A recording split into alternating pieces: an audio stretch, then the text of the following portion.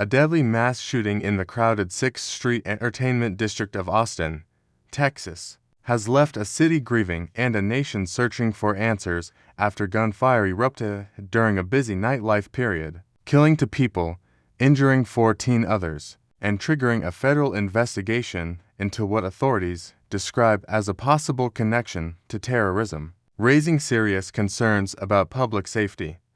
domestic security, and the growing complexity of modern violent incidents. The attack unfolded during the early morning hours when the area was filled with residents, tourists, and young crowds enjoying restaurants, bars, and live music venues that make 6th Street one of the most recognizable nightlife locations in the United States. And according to officials, the suspect arrived shortly before the shooting began and suddenly opened fire near a crowded gathering area, sending shockwaves through the street as rapid gunshots echoed between buildings and confusion quickly turned into panic. Witnesses described scenes of chaos as people ran in every direction seeking safety, some hiding behind parked cars while others rushed into nearby businesses, many unsure at first whether the sounds were fireworks or actual gunfire until injured victims collapsed and the seriousness of the situation became clear, creating moments of fear that unfolded within seconds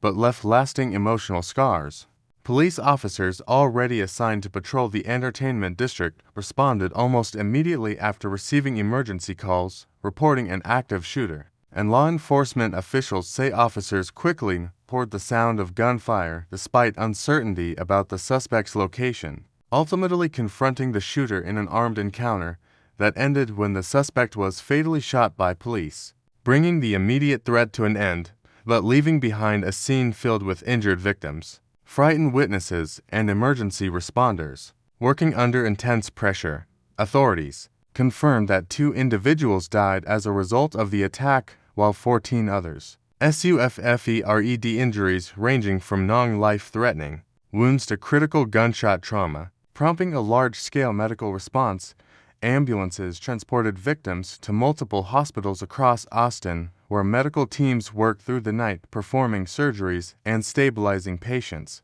Doctors later reported that several victims required emergency operations, and officials credited the rapid coordination between police, paramedics, and hospital staff for preventing additional fatalities, emphasizing how response time plays a crucial role in survival during mass casualty incidents. Families gathered outside hospitals awaiting updates, many experiencing hours of uncertainty as doctors assessed injuries, highlighting the emotional devastation that spreads far beyond those physically harmed and affects entire networks of relatives and friends. As investigators began examining the incident, the Federal Bureau of Investigation joined local authorities, announcing that agents were investigating a potential nexus to terrorism,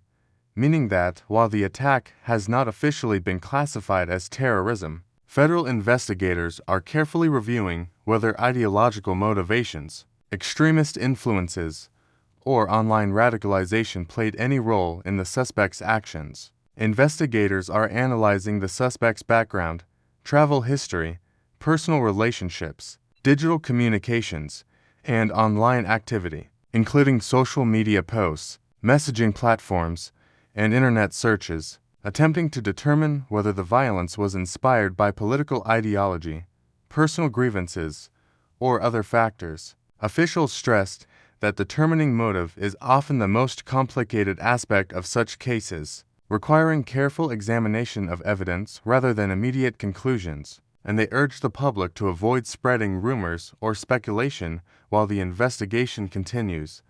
Law enforcement sources indicated that the suspect appears to have acted alone, though investigators are exploring whether outside influences or indirect encouragement may have contributed to the attack, reflecting growing concern among security agencies about individuals becoming radicalized without direct organizational ties. Detectives are reviewing extensive surveillance footage from nearby businesses, traffic cameras, and personal recordings captured by witnesses, reconstructing a minute-by-minute timeline to understand how the suspect moved through the area, how long the attack lasted, and whether warning signs were visible beforehand. Authorities have also appealed to the public for additional videos or information, noting that modern investigations increasingly rely on digital evidence captured by surveillance during unfolding events. Community members who witnessed the shooting described acts of bravery amid fear, with some individuals providing first aid to strangers,